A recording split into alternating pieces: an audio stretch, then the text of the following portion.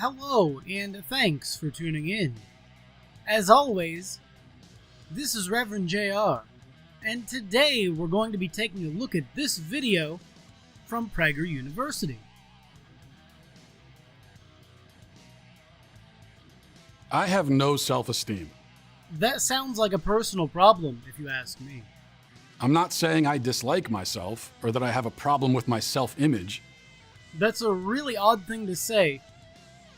and I don't have low self-esteem. I'm just saying that I have no self-esteem at all. So I wonder what he's going to mean by this. Because you have to have some level of self-esteem, I think. Otherwise, you are not going to be a very functional person. Why? For the same reason that I have no pet unicorns. Self-esteem is a fantasy. It's a meaningless fabrication that exists only in your imagination. You know, I disagree with him. I think it's a social construct, perhaps, but it is a good psychological concept when discussing how a person feels about oneself. I mean, yes, it's not a tangible thing you can just reach out and feel, but it's a thing nonetheless. The dictionary defines esteem this way: to regard with admiration. Correct. And the way that you understand your own form of admiration of yourself with regards to the outside world is how esteemed you hold yourself to be. You need some level of self-esteem to give yourself self-worth. But let's see where he goes with this. Self-esteem, therefore, means to regard yourself with admiration. But is that how we should see ourselves? It's not really a question of, is this how it should be? This is a question of how we describe the way a person's psyche reacts to the fact that it's within one of these things. And how we view our actions and the way we do things in the world. So I think it is a useful way to think about it. If it were not for self-admiration, there would not be great people because they wouldn't care about themselves at all. If someone asked you who you admire, would you really want to answer, well, I admire myself? Possibly. But then again, it's not saying you can only admire yourself. It's not saying you have to hold yourself in the highest regard compared with everyone else. But you can. I've known some narcissists who do that. And because of that narcissism, they work on improving themselves so they fit better within society. Just saying, I don't think it's a useless trait, but I think people can be too self-absorbed. Yes. Would that be a good thing? I would say no, emphatically. I was hardly a precocious kid, but I think I realized this self-esteem thing was a racket as far back as junior high. So, what you're saying is, you had an opinion that you knew you valued, that you were going to let shape the rest of your life, and you based your worldview upon it, this opinion that you had. But you have absolutely no esteem for the fact that you came to this realization all on your own, through your own critical faculties. Also, look at the smug face he's making.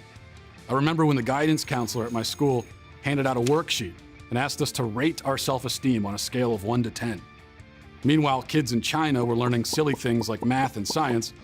Now we're bankrupt and they own the country, but at least we all feel pretty good about ourselves. There's how you perform a sweeping generalization.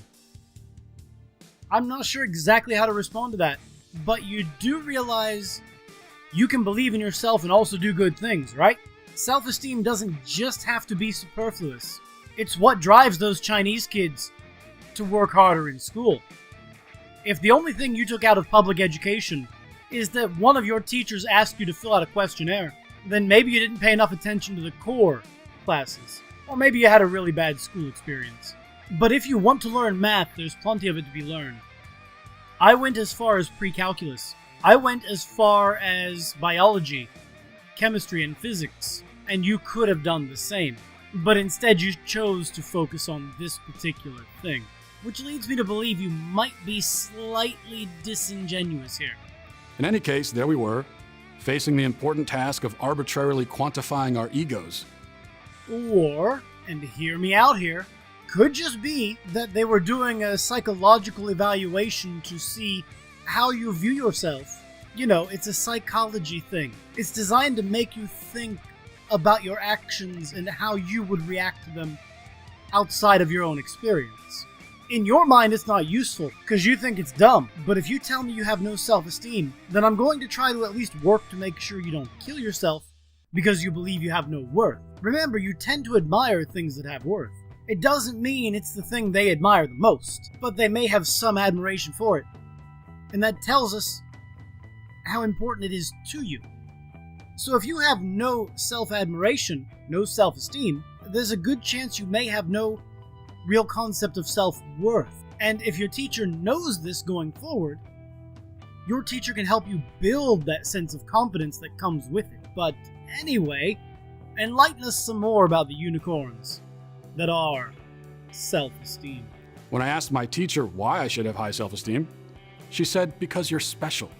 Okay, well, maybe that's not the best answer, but it's also not exactly wrong. For you and I, yes, we're just humans, and you should not admire yourself by dressing up nicely just to get more views on some YouTube thing, since you're just, some unimportant guy. Right?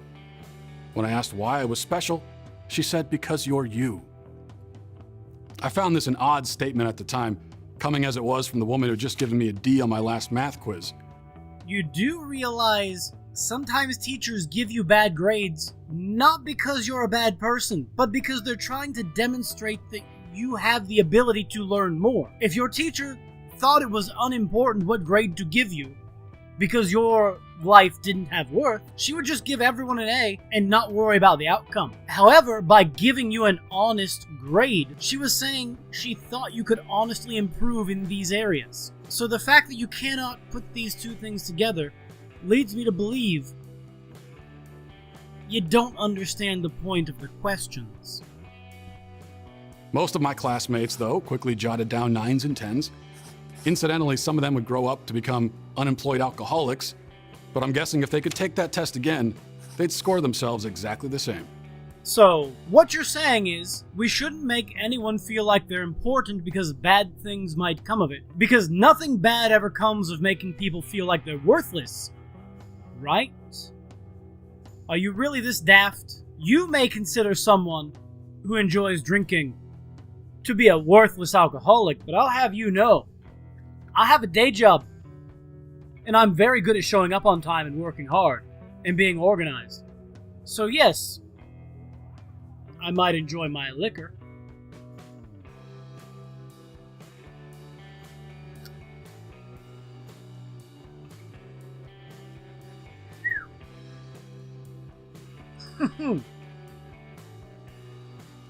But that doesn't mean that I can't have self-worth. Also, to all the people watching, that's some good gin. Just saying. See, that's the whole point of self-esteem. To be proud of yourself even when there's no reason to be proud of yourself. No, the point of self-esteem is to show us how you feel about the way you are. Yes, some people have high self-esteem, and they don't seem to have a reason according to you. But what makes you the arbiter of what is and is not worthwhile? Why do you think everyone else has to base their self-esteem on you? It's self-esteem. It's not the esteem someone on the internet gives me. You can think that I am a very useless person. That doesn't affect how I think about myself. And just saying, well, you're a bad person, you're a drunk, you're this, you're that, doesn't really help your case. Because I'll just do better in spite of you, and I'll have more self-worth because I had enough ability to make you think of me to dampen your doorstep, so to speak, with my countenance. And it gave you pause. So that is enough for me to realize I should have some self-worth. Of course, apologists will claim that self-esteem is simply about confidence, and that you need confidence to succeed in life. And that's correct in every regard. Can you find me a successful person who is not confident and who does not believe in his or her own ability to do well. I know plenty of people who lack self-esteem and have made very poor choices because they don't hold themselves in high enough regard to think of themselves as important. But you see, the thing is, if you tell people they shouldn't even have that, and it's one of the few things they have, then you are responsible for part of their downfall. Even the people I disagree with regularly, like you, do still have some worth, regardless of the fact that you're making bad arguments. You clearly have enough self-esteem to be clean-shaven, or, keep a neat beard. You have enough self-esteem to worry about your appearances when you present yourself to others. More than I do, certainly. Look at this face. You certainly have enough self-esteem to say it's worth getting up and I'm good enough to do this video. You don't think someone else is better to do it. And that's commendable, because it means your self-esteem has allowed you the ability to get in front of a camera, something that many people I know cannot do, because they don't believe in themselves enough. And again, your definition is only one. I'm using your definition specifically for this argument, even though you're probably about to change it a little. Okay, but if self-esteem is simply about confidence, then why don't we just call it confidence? Because confidence is your ability to do something with the assurance that you are doing it correctly. You can have confidence in your ability to do things without being a confident person. Likewise, you can be completely lacking in confidence, but have enough self-worth to just try it anyway. Because you know that if you're shown it and it's done the correct way and explained to you well, that you can do it. People who lack self-esteem will say, no, I can't possibly do these things. It is beyond my reach. I'm not as good as you. You should do this thing instead of me. I'll screw it up. And I say no. Everyone has the ability to do well and to do good, but not everyone has the self-esteem to understand that. And that's where you and I differ. Again, not to play a game of semantics, but you are changing the definition a little bit. Because confidence must be earned. No, unfortunately, it doesn't have to be earned.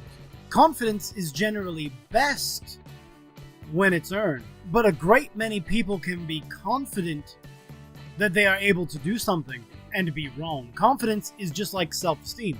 They're two sides of the same coin, but they're not the same thing. Confidence is what allows you to go on and make a video like this, whether you actually know what you're talking about or not. A student is confident about doing well on a test if he studies for it. An athlete is confident on the field if he practices. A singer is confident in her abilities if she, in fact, has abilities.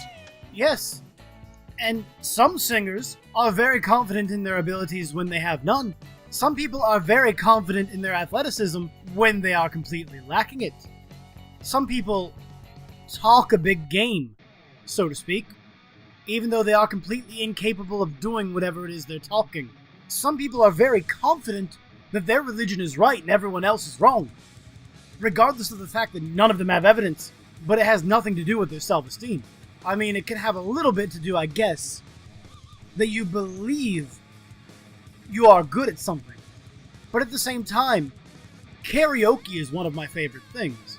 I have the self-confidence, the self-esteem to do it, even though I know I suck. I know that I'm not good at it, and I still have the confidence and self-esteem to know that I can get up there and do it. Another important distinction there. Self-esteem, on the other hand, can be defined as unearned confidence. Sometimes. And sometimes self-esteem is earned. The person with high self-esteem, also known as a narcissist, feels good about himself on the basis of nothing. We may ask him, why do you esteem yourself? And his learned response will be, because I'm me. That's not entirely true. Again, one of my friends was a diagnosed narcissist, and generally it's not because he's him. Generally, it's because he thinks he's better at certain things than other people. What I'm saying is, a narcissist is just someone who thinks themselves better than other people in most regards. And it doesn't mean they're wrong, necessarily. They may actually have better discipline or better work ethic or better taste in clothing or whatever. But it's not always unfounded. Sometimes they are actually better at certain things. But oftentimes they're average or worse. And some of them are even aware of this and they don't care. Like a modern-day Narcissus, he can't see the world outside the window because he's too busy whispering sweet nothings to his reflection in the glass. Yeah, fair enough. That happens sometimes. But it has nothing to do with the kind of self-esteem you were talking about in the first half of the video. Go figure. I hadn't even watched this far and I still call. I love being a psychic, right? No, it's just logic and reasoning. Prager does this shit all the fuck. In a saner, less confused time, people saw it the opposite way. It didn't matter how you felt about yourself, it mattered what you did. I'm curious what time they were talking about. Because, far as I can tell, there have been narcissists throughout recorded history. And a great many people throughout recorded history who did their jobs did so with the supposition that they were the best. So I don't believe that actually, has any bearing on the conversation. It's not an argument from anachronism.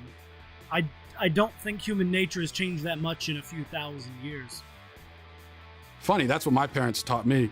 I remember one time explaining very carefully to my dad that he couldn't expect me to do my math assignment because math made me feel bad about myself. Oh, argument from anecdote. But Dad, I want to get out of my homework. Son, do your homework. But Dad, it makes me feel bad. The bell will make you feel bad too. You see how this argument goes? Your father doesn't care how your homework makes you feel because he wants you to do your homework and learn and get better at math. If it makes you feel bad, then he wants you to learn it so that when you have to do math in real life, it doesn't make you feel so bad. In return, he suggested that maybe I should study more, and then math wouldn't make me feel so bad. Holy crap. It's almost like I know something about being human. But in the meantime, he said, it doesn't matter how you feel. Do your homework. Doesn't matter how I feel. Right. Learning is not something most people see as a choice. If you want to know how to do something, then you gotta do it. A lot of the time. Not all the time. That's what engineers and scientists are for. They help you with some of it. But if you want to understand any of the why, like why does 4 quarters make $1? Or why are fractions the way they are? Then you gotta do your math homework. Tough breaks, kid. We can't all get by on how we look. Some of us have to do the math. You don't want to get cheated on your finances, right? What a scandalous notion. I probably should have called social services. No.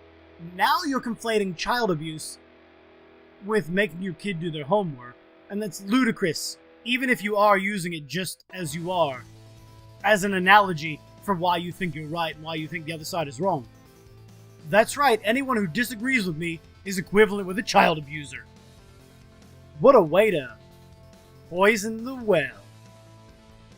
If this self-esteem thing was just another benign form of entertainment, we could just laugh it off. It's not, though. It's literally how you shape your entire worldview. But it's become a serious problem because this I'm special, love yourself, you get points for breathing dogma taints everything it touches. It also gives us a sense of self-worth that creates more creativity in the world. We get better music, we get better art, we get better living conditions because we believe that humans should have better living conditions. And we have healthcare because we believe humans are worth it. And we have schools because we believe every child should have an education, not just the gifted few or the rich few who can afford a tutor, as in times past. We actually have a society that values individual life over collective life. Some societies today still do not. Self-esteem is what gave us the Bill of Rights, saying that all men are created equal, endowed by their creator with such rights as so on and so forth. Without self-esteem, you wouldn't get any of that because then you would lack empathy, and you would lack the understanding that other people also feel the same insecurities that you do. Super simple stuff. It equips you for nothing. It won't help you at school, it will stifle your career ambitions, and it will certainly wreak havoc on your relationships.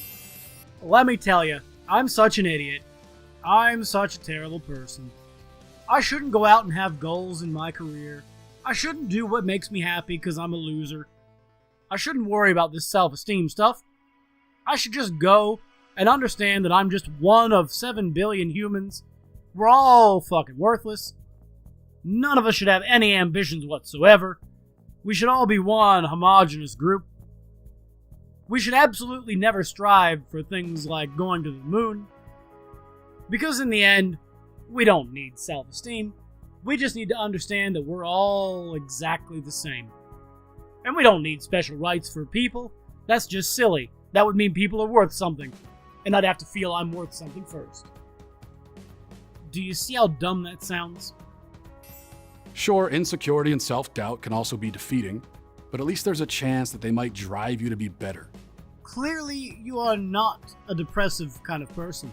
When you have that kind of crushing self-doubt, the thought that you might do better doesn't cross your mind, because you already know this is the best it's going to get when you have zero self-esteem. You aren't going to drive to do better, because you already know there is no better. When you have no self-esteem, you don't understand the importance of improving upon yourself. And some of the most confident people are the ones with no self-esteem, because they are absolutely sure their lives cannot get better. And to be spreading this to those kind of people who are coming to your videos for insight and help in making their life better and becoming more enlightened, this is a detrimental thing to do to them. This is the same thing as giving a suicidal person a gun and saying, well, it might work. I mean, you don't need that self-worth, right? If you could understand what you're saying to the people you're actually saying it to, you would smack yourself and not have published this video. But the clicks are more important, right? Good job, Dennis. Self-esteem actually prevents improvement because you can only improve if you first acknowledge what you're not good at. Hey, moron! Fucking moron! Right. You have to take an accurate sample of your character and your abilities. And if you have no self-esteem, you're not going to do that. Exactly the same as if you have too much. Linger that thought for a minute. Not everyone is a 0 or a 10. This is not bullying. It's not a binary. It's a spectrum.